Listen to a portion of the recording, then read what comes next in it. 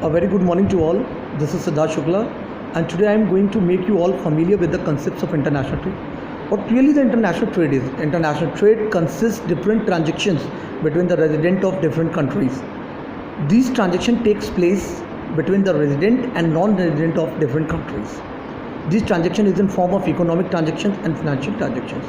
There are some more concepts which makes you more familiar with the concept of international trade.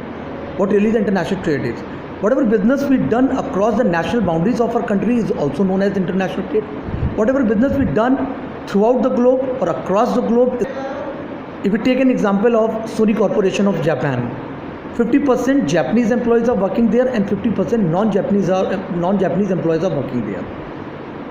Why? The parent company of Japan, Sony Corporation, has hired 50% non-Japanese employee throughout the globe because of their culture, because of their mindsets, because of their technical skills.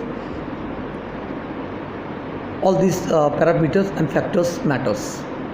Now, second point is, most of the products we consume every day are provided to us by global business. The main factors we have to consider under this point: who is the real manufacturer of that product, what is the origin country of that product, and how that particular product is made available to us.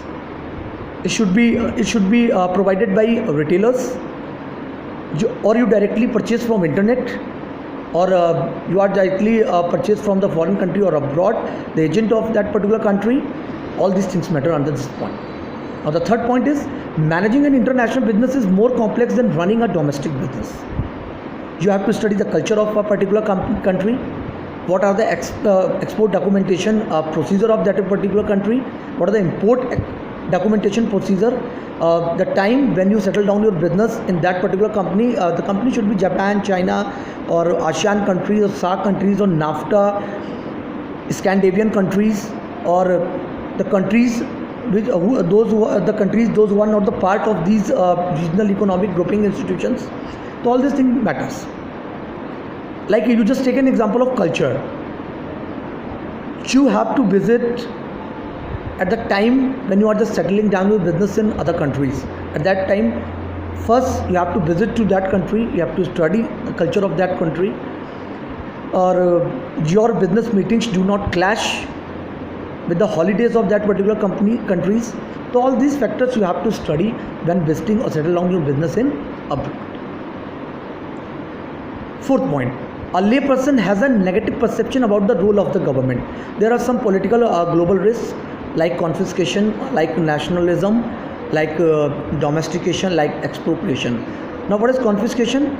Seizing the property or asset without making any reimbursement to that particular company or country.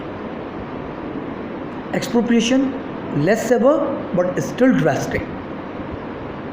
Somewhat compensation and reimbursement made to that particular company or a company. Domestication, slowly you can convert that particular company in a domestic company. Some more political global risks, which forms a negative picture in the mind of importers or exporter of their own countries. Why they are not involved or indulge or start their business or settle out their business in abroad, like political sanctions, political activists, cyber terrorism, import restrictions, export restrictions. You may take an example of Thailand.